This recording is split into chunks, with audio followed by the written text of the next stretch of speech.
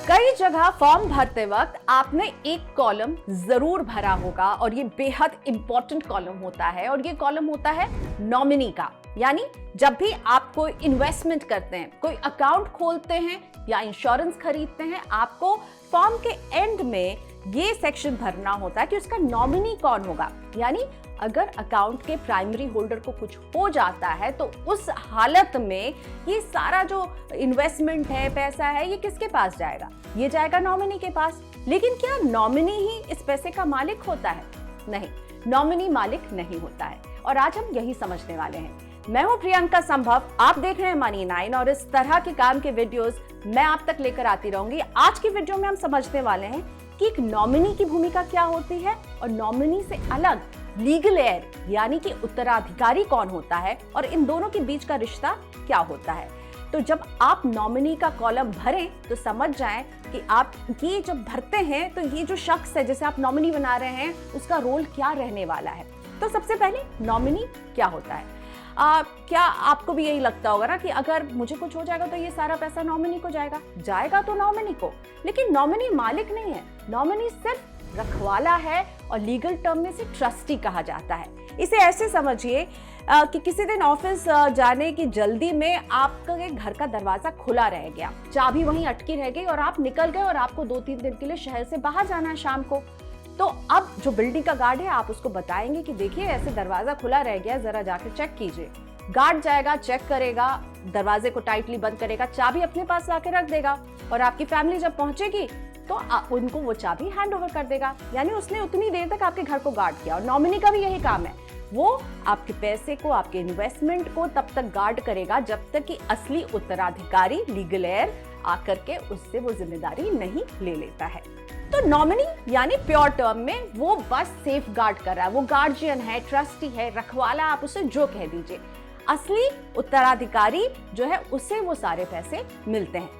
तो अब अलग अलग इन्वेस्टमेंट में समझते हैं क्या होता है, क्योंकि कुछ इन्वेस्टमेंट ऐसे हैं जिसमें नॉमिनी ही उत्तराधिकारी भी होता है। तो सबसे पहले बात करते हैं कि बैंक डिपॉजिट में क्या होता है। तो इसमें बैंक रेगुलेटर आरबीआई ने क्लियरली कहा है कि जो नॉमिनी है वो केवल और केवल ट्रस्टी है।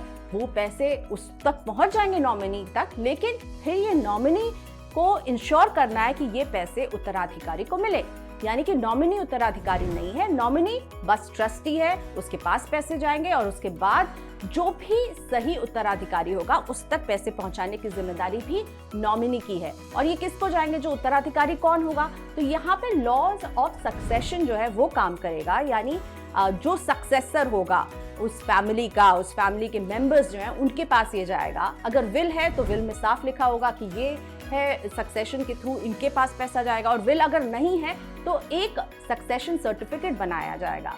नॉमिनी अगर रिलेशनशिप में है यानी कि फैमिली मेंबर है तब भी वो सक्सेसर है या नहीं है ये इसी बात से तय होगा कि फैमिली में और कौन कौन से मेंबर हैं। तो बैंक डिपॉजिट, फिक्स्ड डिपॉजिट की जहां तक बात है, नॉमिनी ट्रस्टी है। इसी तरह म्यूचुअल फंड और शेयर्स में भी नॉमिनी केवल ट्रस्टी है। सेबी इस बात को साफ कहती है और बॉम्बे हाई कोर्ट में भी एक फैसले के तहत बॉम्बे हाई कोर्ट ने कहा था कि जो नॉमिनेशन के जो पूरे रूल्स हैं और जो नॉमिनेशन का जो रिप्रेजेंटेटिव है वो कभी भी सक्सेशन के लॉज को ओवरराइड नहीं करेगा। यानी उत्तराधिकारी का पहला अधिकार है पैसे, शेयर जो भी है वो भले ही नॉमिनी के पास चले जाएं, लेकिन फिर इसे सक्सेसर को देना ही पड़ेगा।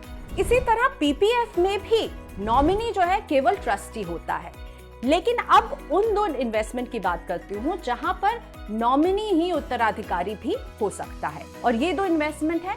पहला इंश्योरेंस। इंश्योरेंस में 2015 में ये बदलाव लाया गया जिसमें कहा गया बेनिफिशियल नॉमिनी, यानी कि जो नॉमिनी है उसे ही सारा फायदा मिलेगा और परिवार के सदस्य को ही बेनिफिशियल नॉमिनी बनाया जाता है, ताकि अगर जो इंश्योरेंस पॉलिसी होल्डर है उसे कुछ हो जाए तो जो भी क्लेम की राशि है वो बेनिफिशियल नॉमिनी को मिले। यानी आप पहले ही तय करेंगे कि मेरे बाद ये पैसे किसको जाने हैं, इसीलिए इंश्योरेंस में जो नॉमिनी है वही होगा उत्तराधिकारी भी। इंश्योरेंस की ही तरह ईपीएफ में भी नियम लागू होते हैं। ईपीएफ में भी यही कहा जाता है कि आपके फैमिली मेंबर को ही नॉमिनी बनाना है, क्योंकि अगर आपको कुछ हो जाता है तो ये सारे पैसे नॉमिनी को मिलेंगे और नॉमिनी का ही अधिकार है इस पैसे पर। इसीलिए अगली बार जब आप किसी भी फॉर्म में नॉमिनी भरेंगे तो इस बात का ख्याल रखिए कि आप ये इंश्योर करें कि जो भी आपके लीगल एयर हैं उनको बताएं कि आप इन्हें नॉमिनी बना रहे हैं और पैसे आपको इनसे मिलेंगे।